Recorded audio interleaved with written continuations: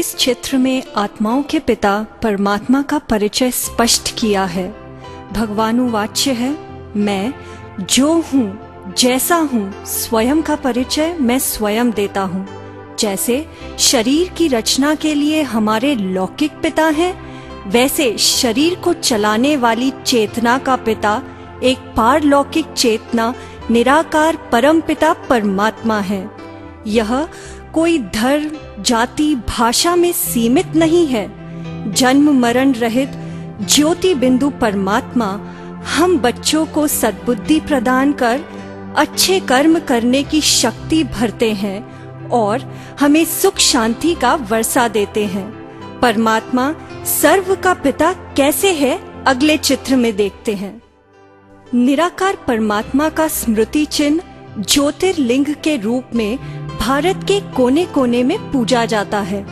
रावण पर युद्ध करने से पूर्व श्री राम ने परमात्मा से शक्ति प्राप्त की।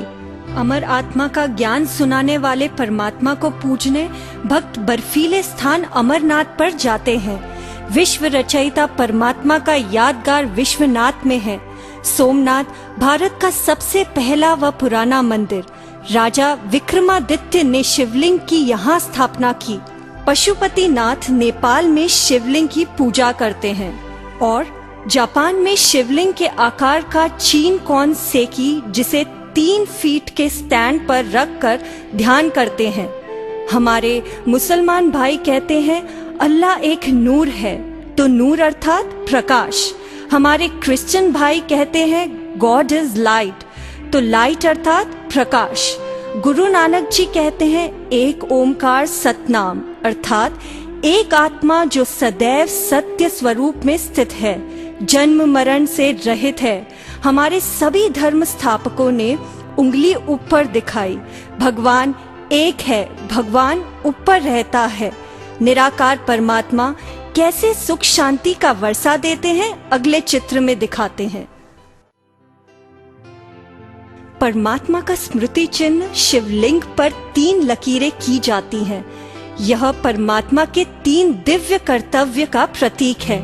निराकार परमात्मा मनुष्य सृष्टि के साकार तन ब्रह्मा के द्वारा सद्गुणों की स्थापना करते हैं, जिससे यह संसार नवयुग सतयुग बन सकता है। परमात्मा हम बच्चों को विष्णु अर्थात देवी देवता बनने का लक्ष्य देते हैं। अच्छे संस्कारों की पालना से हम इस लक्ष्य को प्राप्त कर सकते हैं, जिसके लिए भगवान ज्ञान योग सिखाते हैं। मन, वचन, कर्म की पवित्रता के अलंकारों से सजाते हैं। शंकर की तरह तपस्वी अर्थात अच्छे विचारों की दृढ़ता से हमें अंदर छुपे बुराइयों को खत्म करने की शक्ति सर्वशक्तिवान परमात्मा से प्राप्त होती है। इन्हीं 3 कर्तव्यों के कारण परमात्मा को गॉड कहते हैं, अर्थात जनरेटर, ऑपरेटर, डिस्ट्रॉयर। निराकार परमात्मा और शंकर में क्या अंतर है, आगे देखेंगे। इस चित्र में दर्शाया गया है शंकर आकारी देवता हैं एवं परमात्मा शिव का स्मृति चिन्ह ज्योतिर्लिंग है। शंकर किनका ध्यान करते हैं? जी हाँ, निराकार परमात्मा का। इसलिए हम कहते हैं शिवरात्रि, शंकर रात्रि नहीं, शिव पुराण, शंकर पुराण नहीं। शिव अर्थात संस्कृत में अर्थ है कल्याणकारी, शंकर अर्थात विनाशकारी। दोनों के कर्तव्य विपरीत हो गए। शिवरात्रि अर्थात अंधकार वाली रात्रि नहीं, परंतु मनुष्य अज्ञानता के अंधकार में जब विकर्म करता है तब दुखी अशांत होता है। कल्याणकारी शिव परमात्मा ऐसे समय में आकर ज्ञान का प्रकाश देते हैं, तब मनुष्य विकारों से मुक्त हो जीवन में सच्ची खुशी का अनुभव करता है। परमात्मा का निवास स्थान कहाँ है, आगे के चित्र में देखेंगे। जब भी हम भगवान शब्द कहते हैं तो नजर ऊपर की ओर जाती है। ऊपर अर्थात एक लाल प्रकाशमय स्थान, जिसे परम धाम, शांति धाम, मुक्ति धाम कहते हैं। ज्योतिर्बिंदु परमात्मा एवं हम आत्माओं का निवास स्थान यह है। यहाँ से धीरे धीरे आत्माएं नीचे पृथ्वी रंग मंच पर पाठ बजाने आती हैं। बीच में है सूक्ष्म लोक, यहाँ ब्रह्मा, विष्णु, शंकर निवास करते हैं। समय प्रति समय आत्माएं जन्म लेती हैं। एक बार पृथ्वी रंगमंच पर पाठ बजाने के बाद कर्मों के चक्र में फंसी आत्मा बीच से वापस छूट जा नहीं सकती। मूल वतन शांतिधाम होने से आत्मा को शांति अति प्रिय है। कितना समय हमें पृथ्वी के एक चक्र में पाठ बजाना है, आइए आगे के चित्र में देखते हैं। इस चित्र में दिखाया गया है मनुष्य की असली वास्तविक पहचान क्या है। यह शरीर एक हड्डी मांस का पुतला है, इस पर चमड़ी लगी है, यह जड़ है। यह है एक चैतन्य सत्ता आत्मा, यह सूक्ष्म सितारा है। आत्मा और शरीर के मिलने से जीव आत्मा बनता है। जैसे गाड़ी में ड्राइवर है, वैसे शरीर में आत्मा है। आत्मा मन से विचार करती है, बुद्धि से निर्णय करती है, संस्कार वश कर्म करती है। आत्मा भ्रुकुटी में निवास करती है, आंखों रूपी खिड़की से देखती है, मुख रूपी माइक से बोलती है और कान रूपी ईयरफोन से सुनती है। आत्मा शरीर रूपी ड्रेस पहनकर पाठ बजाती है। जब जब आत्मा शरीर रूपी ड्रेस बदलती है, तब तब उसका एड्रेस भी बदल जाता है। इस प्रकार पृथ्वी रूपी स्टेज पर हम कितनी बार पाठ बदलते हैं, आगे के चित्र में देखेंगे। इस चित्र में यह रहस्य है कि सृष्टि चक्र 5000 वर्ष का है, जिसमें 4 युग हूबहू रिपीट होते हैं। सबसे पहले है सतयुग यानी कि गोल्डन एज। इसमें संपूर्ण सुख शांति, दुख का नाम निशान नहीं है। इसके बाद है त्रेता, जिसमें सुख थोड़ा सा कम हो जाता है, इसे सिल्वर एज कहते हैं। 2500 वर्ष तक हम बहुत स्वस्थ खुशी से भरा जीवन जीते हैं। इसके बाद जब आत्मा देह भान के वश हो विकारों में फंस जाती है, तो द्वापर युग ताम्र युग आता है। यहाँ से हम पूजा पाठ कर भगवान को पुकारना शुरू करते हैं और अनेक शास्त्रों का निर्माण होता है। इसके बाद आता है कलयुग यानी कि आयन एज। मनुष्य आत्मा बुद्धिहीन हो कर्म भ्रष्ट हो जाती हैं और अति दुख, अशांत, रोगी, भोगी बन जाती हैं। परंतु यह चक्र है, चक्र का काम है घूमना। अब फिर सतयुग आ रहा है, लेकिन वहां जाने के लिए परमात्मा गीता में दिए हुए वायदे अनुसार आज पुरुषोत्तम कल्याणकारी संगम युग में ज्ञान योग से तैयार कर रहे हैं। परमात्मा से पूर्व अनेक धर्म स्थापक पृथ्वी पर अवतरित हुए। उनका कार्य कैसे चलता है, आगे के चित्र में देखेंगे। इस चित्र में कल्प वृक्ष दिखाया गया है, जो गीता में ऊर्ध्वमूल दिखाया गया है। सर्वप्रथम सतयुग में श्री कृष्ण और श्री राधा लक्ष्मी नारायण बन राज्य करते हैं। इस राज्य में एक देवी देवता धर्म है, एक भाषा है, एक मत है, एक का ही राज्य है। जब झाड़ वृद्धि को पाता है, अनेक पत्ते निकलते हैं, अर्थात जनसंख्या बढ़ जाती है। त्रेता युग में श्री राम श्री सीता का राज्य है एवं संपूर्ण एकता है। अब द्वापर में मनुष्य आत्मा जब भगवान को पुकारती है, तो अनेक धर्म स्थापक अलग अलग समय पर अलग अलग स्थान पर आवश्यकता अनुसार अवतरित होते हैं। कलयुग में धर्म स्थापकों के बाद अनेक साधु संत आदि के द्वारा मठ, आश्रम आदि की स्थापना होती है। आज बहुत धर्म का विस्तार हो गया है। अब भगवान फिर से ब्रह्मा तन से एक धर्म स्थापन करने आए हैं। इसलिए भगवानुवाच्य है, सर्व धर्मान परित्यज्य मामेकम याद करो। निकट भविष्य में धर्म युद्ध, मिसाइल युद्ध एवं प्राकृतिक प्रकोप से अब महापरिवर्तन होने जा रहा है। इसके पश्चात हम फिर वैकुंठ में जाएंगे। हर युग में कितने जन्म लेंगे, आगे के चित्र में देखेंगे।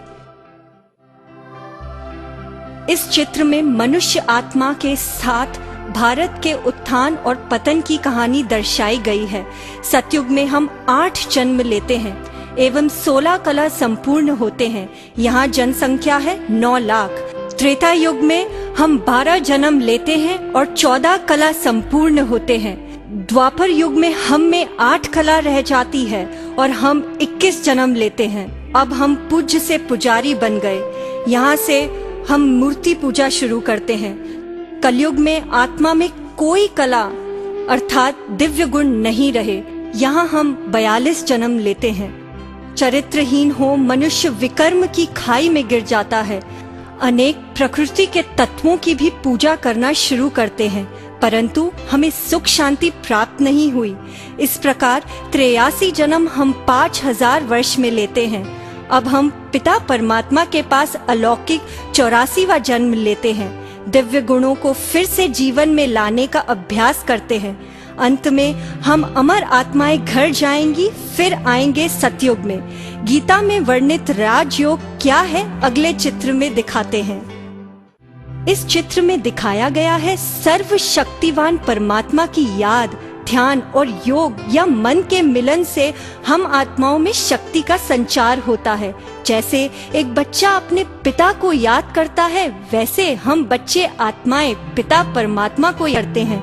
ईश्वर से प्राप्त शक्तियों से हम सर्व प्रकार की बुराइयों से, व्यसनों से मुक्त हो सकते हैं।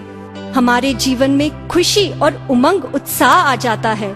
हर प्रकार की परिस्थिति का सामना करने की आंतरिक शक्ति अनुभव होती है।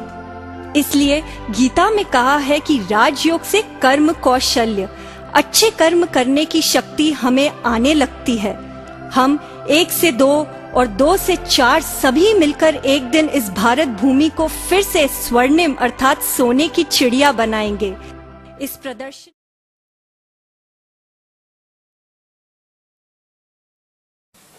कुछ क्षणों के लिए बाह्य सभी आवाजों से अपने आप को किनारा करते हुए सिर्फ अपने ऊपर ध्यान एकाग्र कीजिए।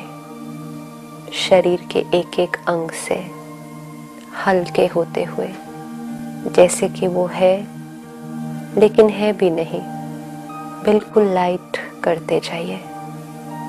धीरे धीरे पाँव से शुरू करते करते धीरे धीरे ऊपर चेहरे तक आ जाइए। एक एक अंग को रिलैक्स करते हुए चेहरे से भी ऊपर, भ्रुकुटी के बीच, in the centre of the forehead, in the middle of the eyebrows.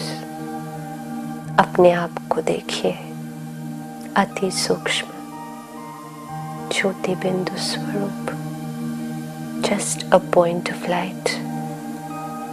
मैं आत्मा, इस शरीर की मालिक, शरीर को चलाने वाली शक्ति। मैं आत्मा शांत स्वरूप हूँ। शांति के वाइब्रेशंस किरणों के रूप में मुझसे निकल चारों तरफ फैल रहे हैं। देखें उन वाइब्रेशंस को चारों तरफ फैलते हुए। अब मैं आत्मा कुछ क्षणों के लिए इस कर्म क्षेत्र से छुट्टी लेकर थोड़ी देर के लिए अपने घर चलती हूँ, अपने पिता के पास। देखें अपने आप को इस शरीर से न्यारे होते हुए। देखें उस ज्योति को निकलते हुए और धीरे धीरे ऊपर की ओर जाते हुए, क्योंकि ये यात्रा मैं आत्मा करती हूँ। देखें उसको ऊपर उड़ते हुए, चांद सितारों की दुनिया को पार करते हुए। देखते जाइए। मैं आत्मा धीरे धीरे अपने घर की तरफ पहुंच रही हूँ। चारों तरफ प्रकाश ही प्रकाश है। Golden red light, absolute silence. ऐसा साइलेंस तो मैंने कभी अनुभव ही नहीं किया था। कोई संकल्प नहीं, सिर्फ शांति। मैं आत्मा अपने घर परम धाम में पहुंच गई हूँ। वहाँ मेरे सामने एक और ज्योति बिंदु, बहुत सुंदर सा, जिसकी किरणें चारों तरफ फैल रही है। मैं उसकी तरफ जाती हूँ। शिव बाबा, जिसको सारी दुनिया ढूंढ रही थी, कितनी मेहनत करते आए। मेरा पिता, आज उसने मुझे अपना परिचय दे दिया। मैं आत्मा अपने पिता के सामने आकर बैठ गई हूँ। जो भी मन में बात हो बाबा के सामने कह दो। कोई बोझ जो बहुत समय से आपके ऊपर हो, जो हमें हमेशा कष्ट देता है, उसे सुनाकर हल्का कर दो। कोई गलती हो गई हो, कोई भी बात हो, तो उससे कर लो। वो शांति का सागर है।